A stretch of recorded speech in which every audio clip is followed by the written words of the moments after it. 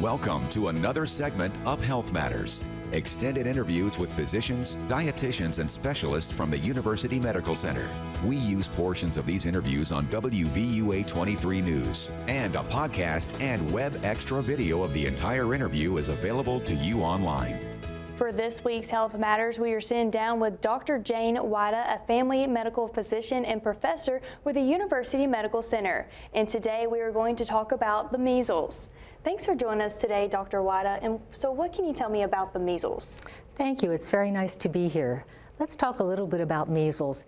It is caused by a virus, and it is highly contagious, and it's also risen quite a bit this year, more than the last 20 or 30 years.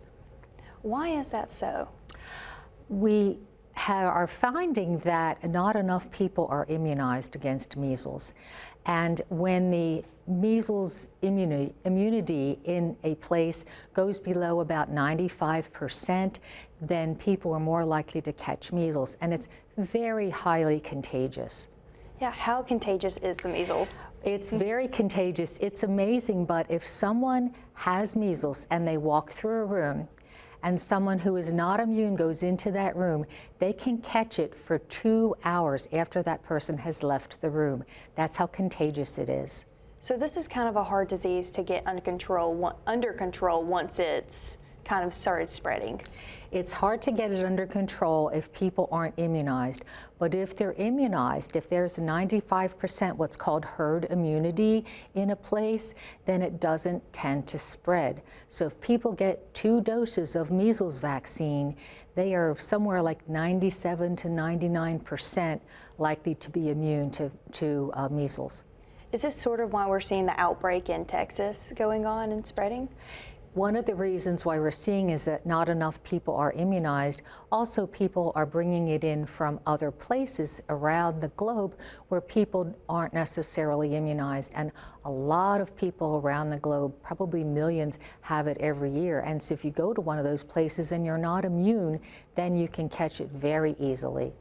Is there any misconceptions between people who think, because I know you hear it a lot with children, is there any misconceptions that adults have about this?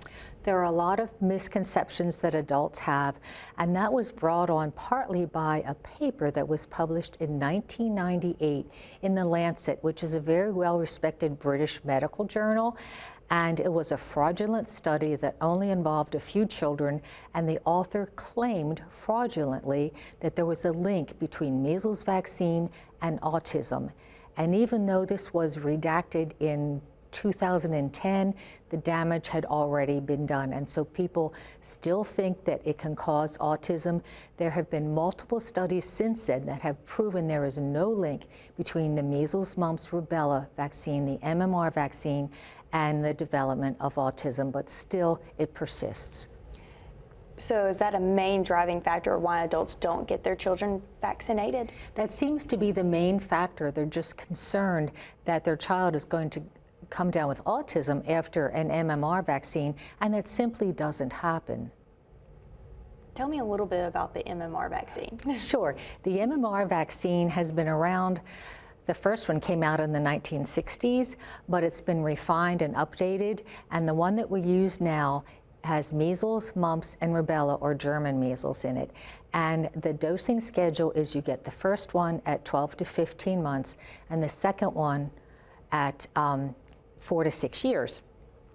However, when it first came out, there was only 1 dose that was recommended. So people that were born in the 70s and 80s might have only gotten 1 dose. So that could be a problem. They might not be immune.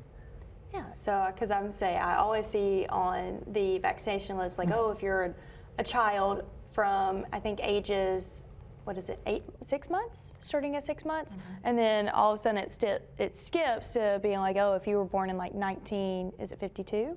If you were born in 1957 or earlier, then you are considered immune to the measles because it was so prevalent at that time.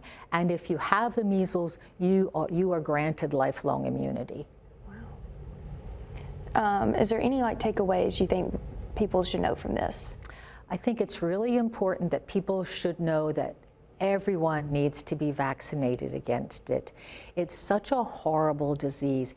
It can cause lifelong problems, it can cause pneumonia, it can cause all sorts of complications later in life. It can even be fatal 7 to 10 years later. It's so important to protect everyone against measles, particularly those who can't get vaccinated. Pregnant women can't get the vaccine because it's a live vaccine. People who are severely immunocompromised can't get the vaccine because it's live. So the rest of us who are able to get the vaccine have a responsibility to help protect everyone. In Alabama as a state, are we where we need to be vaccine-wise? In Alabama, we have about 92 to 93% herd immunity. We need to be at 95% herd immunity for us to really be considered safe. However, we have had no cases in Alabama yet and none in Mississippi. So we're keeping our fingers crossed that we don't have any cases here. And the cases around the country, while they're still growing, they have slowed. The growth has slowed. I think that's one of the most important things I was about to ask. It's like, because I know through last fall or going into the summertime into the spring, like it just keeps saying like the cases were rising and rising, especially around Texas, and now it's starting to slow again?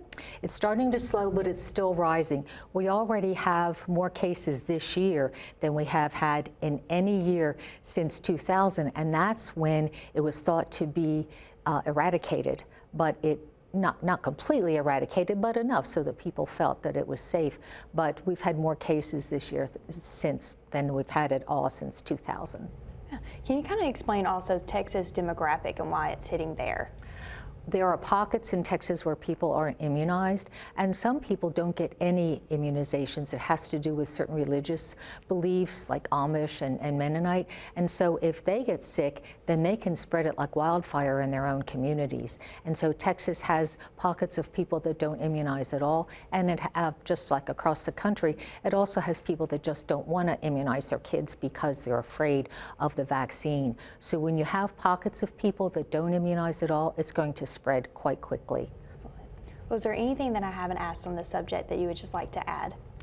I'd like to add one thing about vitamin A, because vitamin A is not a cure for measles, and they have actually seen vitamin A toxicity in Texas. So please, please, if you are worried about measles, don't give your child vitamin A in high doses. It's not safe. If someone gets the measles, they can take 2 doses in a dose that's recommended by a doctor, but otherwise, you should not take vitamin A. We don't want to see vitamin A toxicity in someone who should just be immunized. Absolutely. Well, thank you so much today for joining us. It's my pleasure. Thank you. Yeah.